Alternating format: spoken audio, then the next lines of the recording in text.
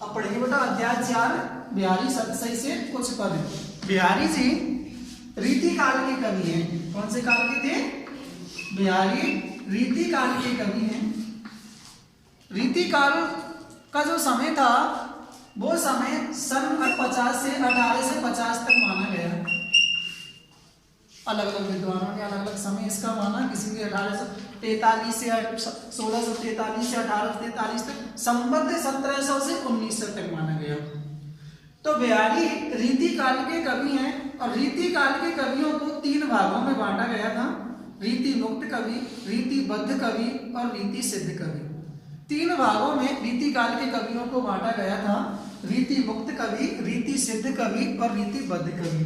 बिहारी जी जो हैं, बिहारी जी रीति सिद्ध कवि थे, जिसको रस सिद्ध भी कहा जा सकता है। तो बिहारी जी रीति काल में रीति सिद्ध कवि माने गए, जिनका जन्म सन 1595 ईस्वी में, बिहारी जी का जन्म सन 1595 ईस्वी में ग्वालियर के निकट बसुआ नामक गांव में हुआ था।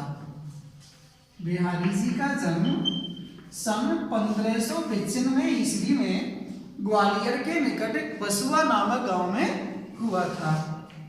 इनके पिता का नाम केशव राय था। बिहारी जी के पिता का नाम क्या था? केशव राय था। ये माथुर चौबे ब्राह्मण थे। कौन थे? माथुर चौबे ब्राह्मण थे। बिहारी जी गागर में सागर भरने वाले कवि माने जाते हैं। गागर में सागर भरना अर्थात थोड़े से में बहुत अधिक कह देना, ये इनकी प्रतिभा रही है।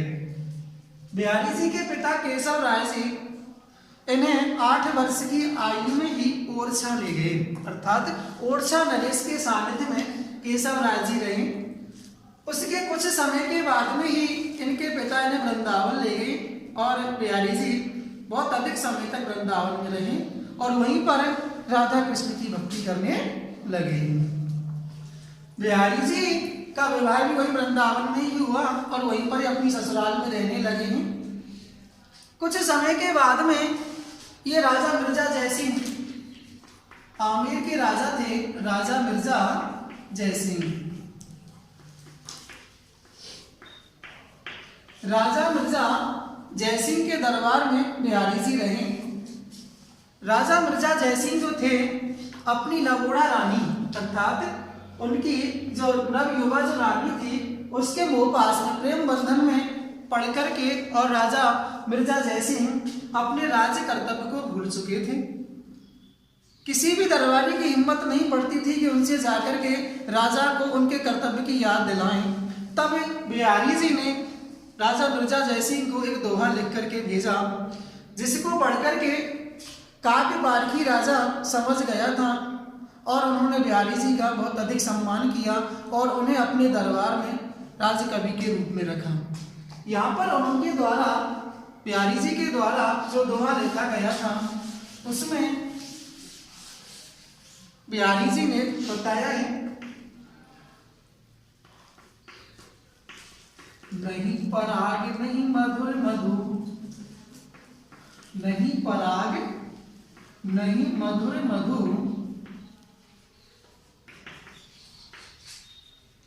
नहीं विकास यही काल,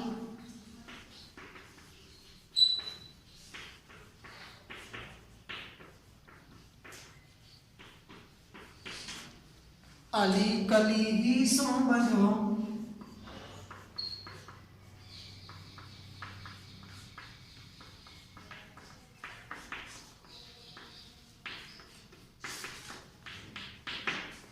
आगे कवन हवाल,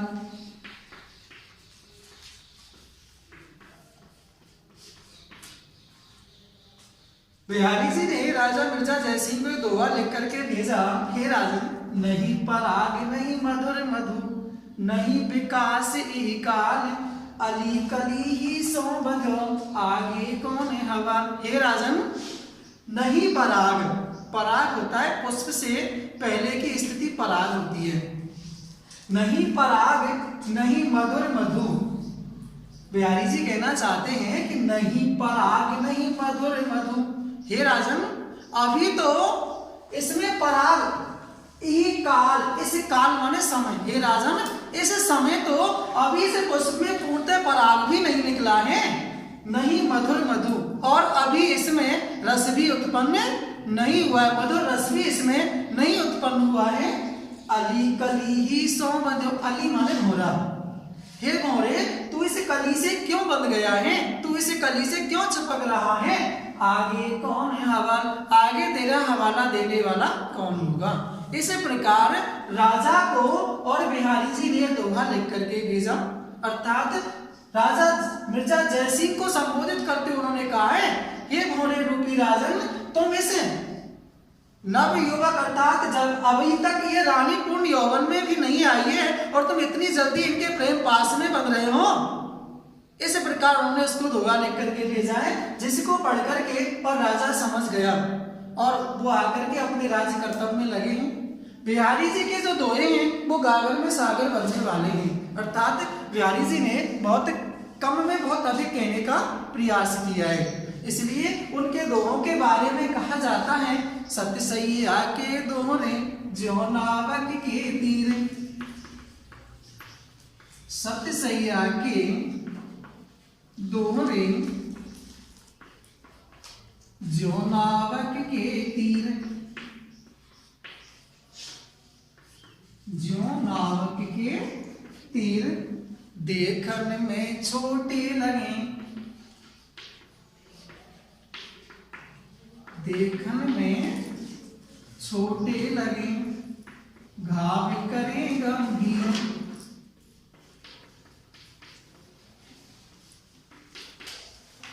कवि बिहारी जी के दोहों के बारे में कहा जाता है कि सत सैया के दोहरे ज्यों नावक के तीर। नावक मन होता है शिकारी, नावक का अर्थ क्या होता है, शिकारी, और तीर माने बाण।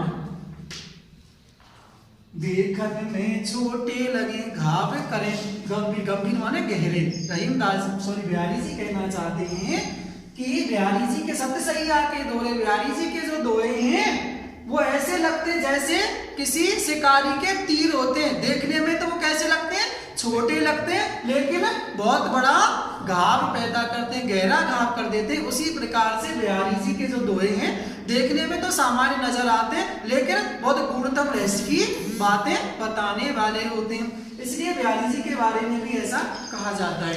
बिहारी जी अनेक राजाओं के सानिध्य में रहे, लेकिन सबसे ज्यादा जो उन्हें कृपा पात्र जो राजा मिले वो थे राजा मिर्जा जयसिंह। उनके दरबार में वो रहे हैं और सन 1663 ईस्वी में, सन 1663 ईस्वी में इनका देहांत हुआ।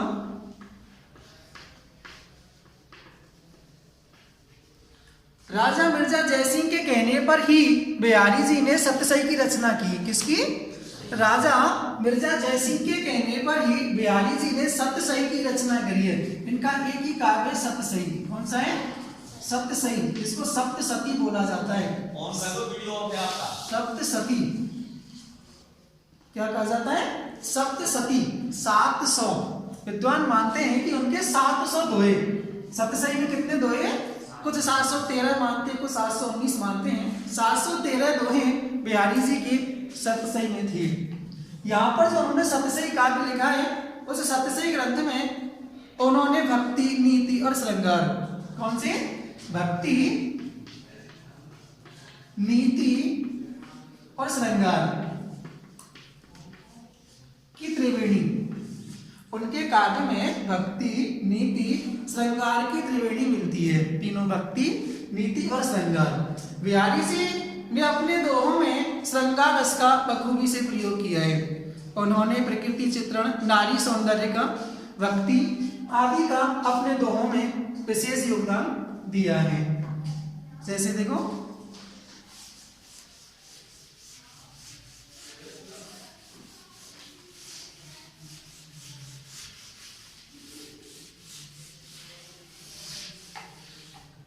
पहला ही दोहा है, देखो,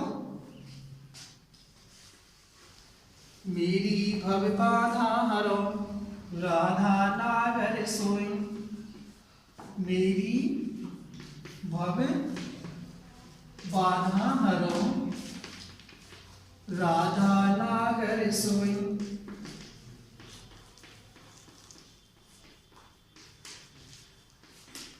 जातन की झाई परे,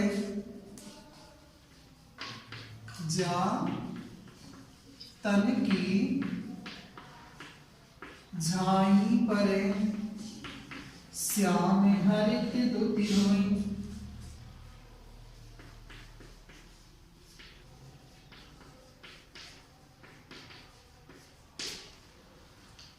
मेरी भव बाधा हरो, राधा नागर सोए, जा तन की झाई परे, श्याम हरित दुति होए। कवि बिहारी जी कहना चाहते हैं भव बाधा होते सांसारिक कष्ट। भव बाधा का अर्थ क्या होता है? सांसारिक कष्ट, पीड़ा कह दो आप, कष्ट कह दो। हरो मन होता हरण कर लीजिए, हरण करना। राधा नागर सो, नागर मान होता है चतुर, नागर माने चतुर, सोए माने वही, सोए का अर्थ क्या होता है? वही। जातन की झाई परे, जात का अर्थ होता है जिस्म, तन माने शरीर, झाई का अर्थ होता है झलक, परछाई,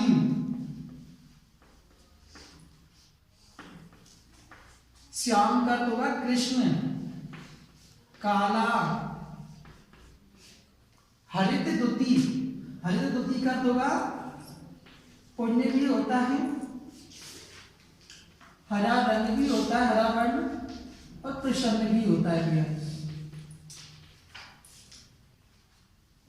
देखो यहां पे झाई, श्याम और हरित दुति, झाई, श्याम, हरित दुति, ये तीनों ही शब्द यहाँ श्लिष्ट पद हैं। कैसे पद है? श्लिष्ट। श्लिष्ट का अर्थ होता है चिपका हुआ। क्या होता है? चिपका, क्योंकि श्लेष अलंकार श्लिष्ट पद है, चिपका हुआ, यानी एक शब्द में अनेक अर्थ चिपके हुए हैं। एक शब्द में अनेक अर्थ जहां चिपके हुए होते हैं वहां श्लिष्ट पद होता है। तो यहाँ पे भी इन शब्दों के अलग अलग अर्थ हैं, अनेक अर्थ यहाँ पे चिपके हुए, इसलिए तीनों श्लिष्ट पद हैं। क्या है ये? श्लिष्ट पद है भैया।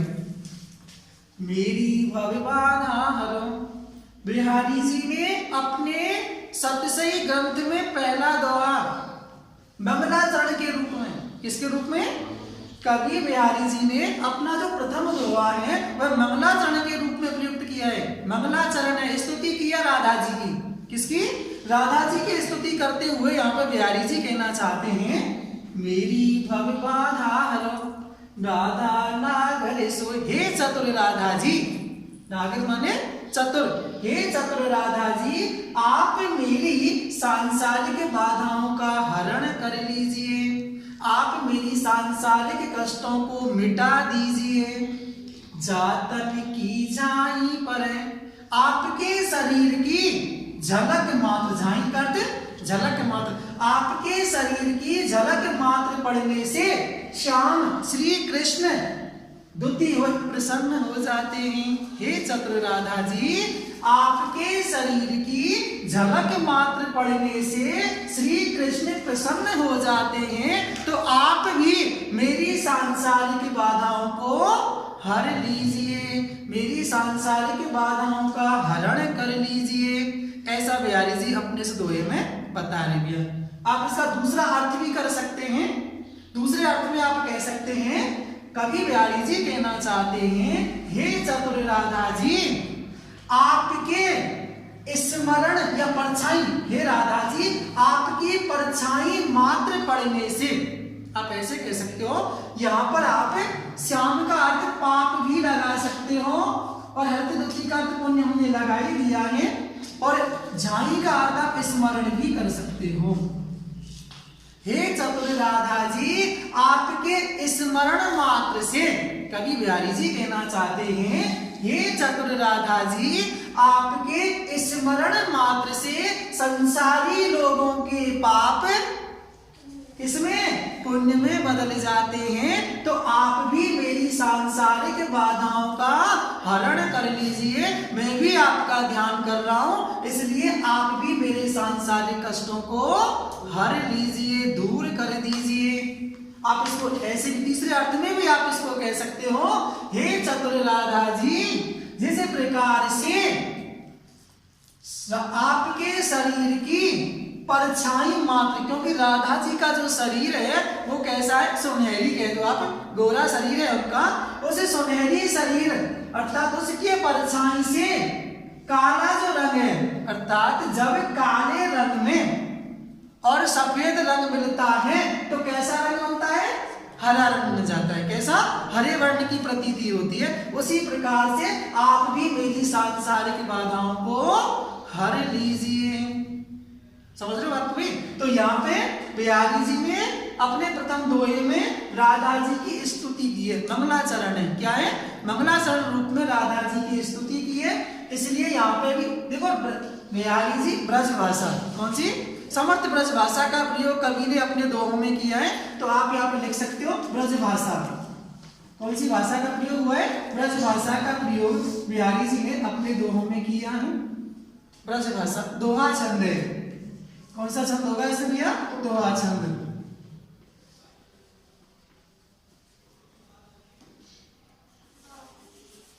तीसरे पॉइंट में आप इसमें लिख दो अनुप्रास अलंकार, तो यही है भाई, अनुप्रास तो चल ही रहा है, अनुप्रास अलंकार और यमक अलंकार का प्रयोग हुआ है, सॉरी इसका श्लेष अलंकार का, अनुप्रास और श्लेष अलंकार का प्रयोग यहाँ पे बिहारी जी के द्वारा किया गया है। आप दोनों लिख सकते हो, अनुप्रास अलंकार और श्लेष अलंकार का प्रयोग इस दोहे में हुआ है।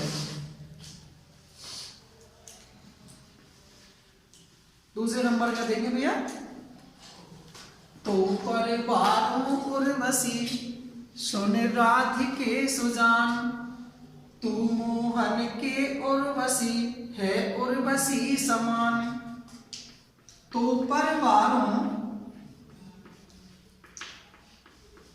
पर बारों उर्वशी सुन राधिके सुजान,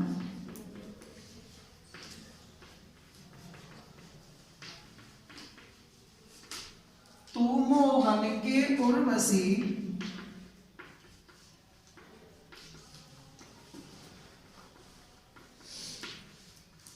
है उर्वशी समान।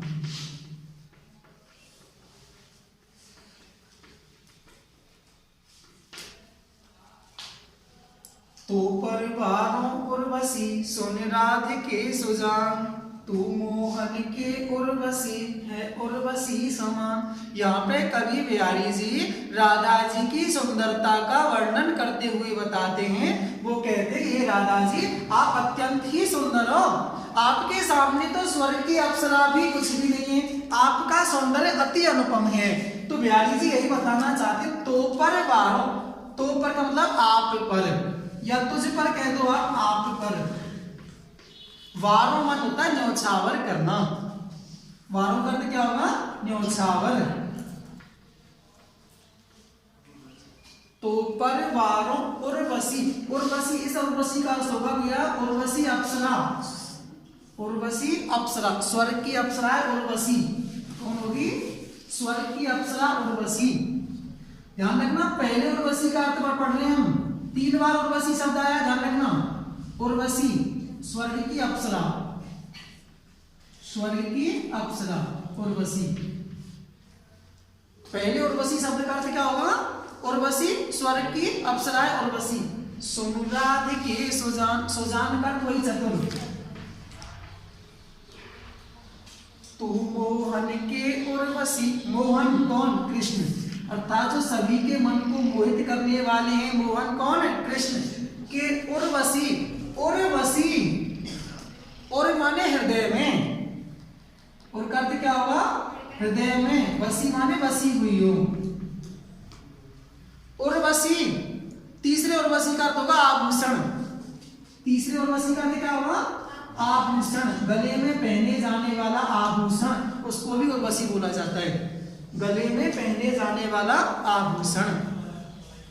देखो तो पर वारों उर्वशी सुनु राधिके सुजान, तू मोहन के उर्वशी है उर्वशी समान। कवि बिहारी जी कहना चाहते हैं, हे चतुर राधा जी, हे चतुर राधा जी, आपकी सुंदरता पर, आपके सौंदर्य पर तो मैं स्वर्ग की अप्सरा उर्वशी को भी न्योछावर कर सकता हूं। हे राधा जी, आपका सौंदर्य अनुपम है, आपके सामने तो स्वर्ग की अप्सरा भी फीकी है, अर्थात आपके सामने तो स्वर्ग की अप्सरा जो उर्वशी है वह भी कुछ नहीं है।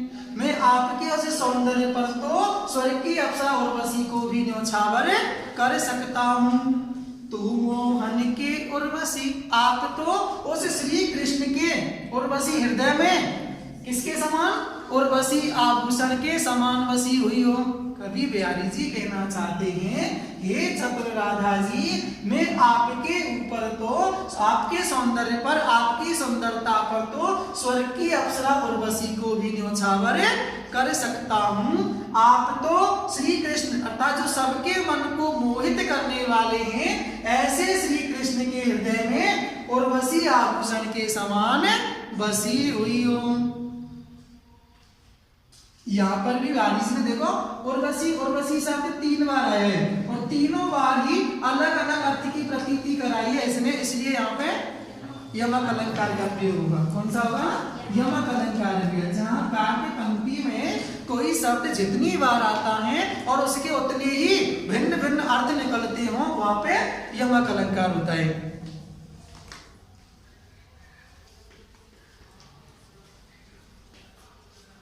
अनुप्रास अलंकार है,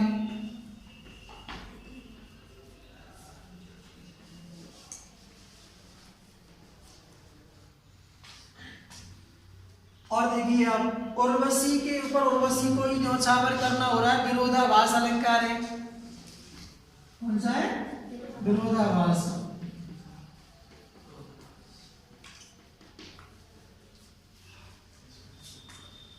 है उर्वशी समान, उपमेय उपमान को समान मान लिया जा रहा है, इसलिए उपमा अलंकार भी है, उपमा अलंकार भी है।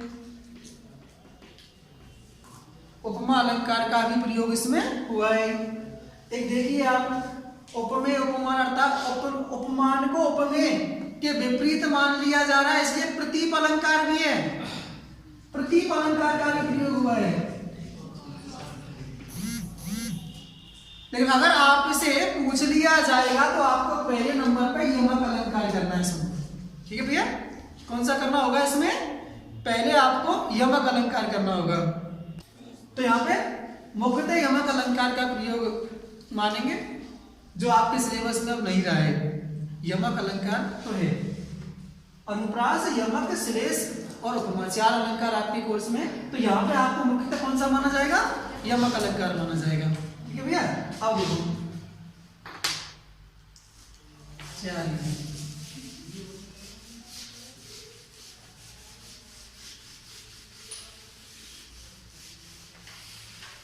तीसरे नंबर के देखें भैया। बंधु भय का दीन के को तारो रघुराई, टूठे टूठे फिरत हो झूठे बिरद कहाई। कवि बिहारी जी कहना चाहते, बंधु, बंधु मान होता है सहायक या भाई, भय माने हुए, दीन मान होता है गरीब, असहाय, कमजोर। को तारो रघुराई, तारो मान होता है तार देना, उद्धार कर देना। रघुराई मान होता है राम जी। यहाँ रघुराई किसको माना है बिहारी जी ने, राम जी के लिए आया रघुराई, राम जी के लिए। टूठे टूठे फिरत हो, टूठे टूठे अर्थात प्रसन्न होकर के, टूठे का अर्थ हो गया प्रसन्न होकर के। फिरत माने घूमते हो, झूठे बिरद कहाए, विरद मान होता है प्रशंसा, झूठी प्रशंसा लेकर कहाए माने कहलवा करके। प्रशंसा कह दो, यश कह दो, एक ही बात है। बंधु भय का दीन के को तारो रघुराई। कवि बिहारी जी